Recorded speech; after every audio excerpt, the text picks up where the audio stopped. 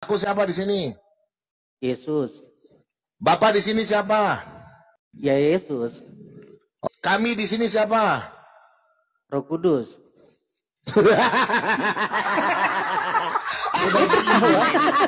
Udah gila, benar-benar gila. Oke, udah saya jelasin ya.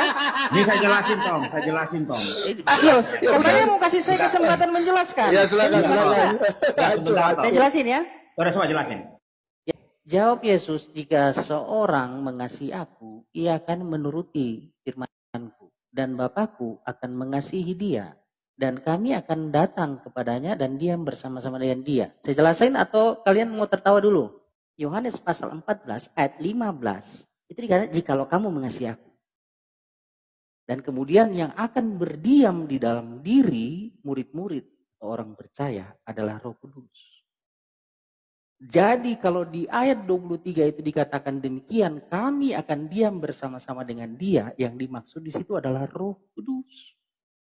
Aku akan minta kepada Bapa. Aku di sini siapa? Yesus. Yesus akan minta kepada Bapa. Iya. Nah, kok aku minta kepada Bapa padahal Yesus adalah Bapa? Kenapa? Karena murid-murid belum tahu Yesus Bapa. Jadi Yesus akan minta kepada Bapa. Jadi, oke, kita turutin dulu. Oke. Dan ia itu siapa? Bapa. Ya, tadi kata Yesus adalah Bapa. Iya, boleh Yesus. Kan Yesus Bapa. Jadi berarti Yesus akan memberikan kepadamu seorang penolong. Betul? Iya, betul. Yang lain supaya ia yaitu siapa? Roh Kudus. Berarti Yesus memberikan seorang penolong, yaitu Roh Kudus. Iya. Oke, yaitu Roh kebenaran, betul? Iya. Berarti aku minta kepada Bapa, maksudnya kepada Yesus juga, minta kepada dirinya sendiri. Iya. Loh, kok dia bisa minta kepada dirinya sendiri? Kenapa? Kan murid-murid belum tahu Yesus Bapa. Maksudnya gimana sih? Saya nggak ngerti. Makanya baca ayat 17 coba. Ya ini coba deh.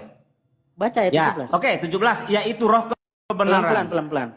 Coba 17. Ya, oke, Roh kebenaran, itu Roh Kudus, setuju. Dunia tidak dapat menerima dia, Roh Kudus, betul? Dunia tidak dapat menerima dia, terus? Ya, oke, Roh Kudus.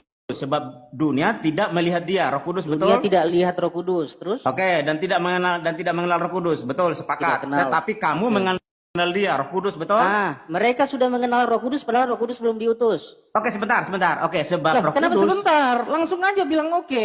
Iya, oke. Di situ dibilang, tetapi kamu mengenal dia, berarti Roh Kudus sudah dikenal walaupun belum diutus. Kita lanjutin dulu, Pak Bom. Kita lanjutin sampai tadi ke gimana kami. ini? Kami itu katanya itu adalah Roh Kudus. Oke, sebab ia menyertai kamu, yaitu siapa? Iya, di situ Roh Kudus. Roh Kudus, oke, lanjut 18. Aku tidak akan meninggalkan kamu. Jangan pindah dulu 18, 17 belum selesai kok. Iya, apa yang 11? Apa yang salah? Saya yang baca ya, perhatikan. Oke, silakan. Jangan potong saya ya. Oke. Yaitu Roh kebenaran. Roh Kudus tidak dapat menerima Roh Kudus, sebab dunia tidak melihat Roh Kudus dan tidak mengenal Roh Kudus. Tetapi sepakat. Kamu mengenal Roh Kudus. Enggak, tetapi kamu mengenal dia. Roh dia Kudus, di situ Roh Kudus dong. Ya, oke, betul. Kamu siapa? Terus? Sebab ia menyertai kamu. Berarti yang Roh Kudus, mereka, betul. Roh Kudus. Betul kan? Ya, betul, Roh Kudus. Oke, enggak apa-apa. Kita setuju, sepakat itu. Siapa yang menyertai dan dikenal murid-murid? Oke, sebentar, kita lanjut dulu, kita lanjut diutus, terus. Om. Roh Kudus, Belum Roh Kudus, kita lanjut. Belum diutus kok bisa dikenal dan sudah menyertai. Sebentar, Tom. Yang menyertai dan dikenal murid-murid adalah Yesus. Berarti Roh Kudus adalah Yesus sendiri. Makanya Roh Kudus adalah Yesus. Ketiganya. Diam dulu, Bang. Di mana Yesus adalah Roh Kudus? Sekarang kalimat terakhir. Enggak. Kalimat terakhir boleh? Saya selesaikan kalimat terakhir dari ayat ini, boleh? Ya, silakan. Boleh? Ya. Dan akan diam di dalam kamu. Roh Kudus akan diam di dalam murid-murid. Roh Kudus itu siapa kalau bukan Yesus? Karena Roh Kudus itu adalah Roh Yesus Kristus. Nih, saya jelasin sama kamu. Roh Kudus adalah Roh Yesus Kristus. Oke, saya jelasin sama kamu, Tom. Kamu boleh diam enggak? Gantian. Saya tanya kamu balik. Kamu percaya enggak Roh Kudus adalah Roh Yesus Kristus? Kamu percaya enggak? Dalam keilahiannya ya diurapi oleh Roh Kudus. Lah sudah, berarti gimana? Udah, oke, kita gantian. Bapak adalah Yesus. Oke.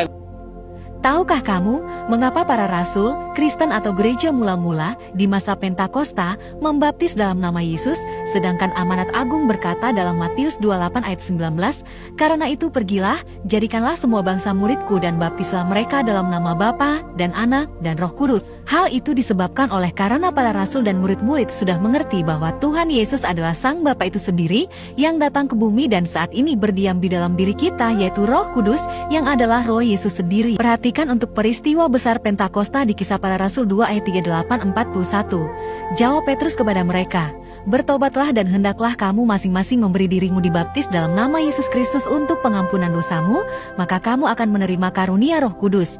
Orang-orang yang menerima perkataannya itu memberi diri dibaptis dan pada hari itu jumlah mereka bertambah kira-kira 3.000 jiwa. Hal yang sama juga terjadi di Kisah Para Rasul 10 ayat 44-48. Ketika Petrus sedang berkata demikian, turunlah Roh Kudus ke atas semua orang yang mendengarkan pemberitaan itu. Dan semua orang percaya dari golongan bersunat yang menyertai Petrus tercengang-cengang karena melihat bahwa karunia Roh Kudus dicurahkan ke atas bangsa-bangsa lain juga, sebab mereka mendengar orang-orang itu berkata-kata dalam bahasa roh dan memuliakan Allah. Lalu kata Petrus, "Bolehkah orang mencegah untuk membaptis orang-orang ini dengan air, sedangkan mereka telah menerima Roh Kudus sama seperti kita?" Lalu ia menyuruh mereka dibaptis dalam nama Yesus Kristus. Kemudian mereka meminta Petrus supaya ia tinggal beberapa hari lagi bersama-sama dengan mereka. Rasul Paulus juga melakukan hal yang sama. Perhatikan di Kisah Para Rasul 19 ayat 4-5. Kata Paulus, baptisan Yohanes adalah pembaptisan orang yang telah bertobat, dan ia berkata kepada orang banyak bahwa mereka harus percaya kepada Dia yang datang kemudian daripadanya, yaitu Yesus. Ketika mereka mendengar hal itu, mereka memberi diri mereka dibaptis dalam nama Tuhan Yesus.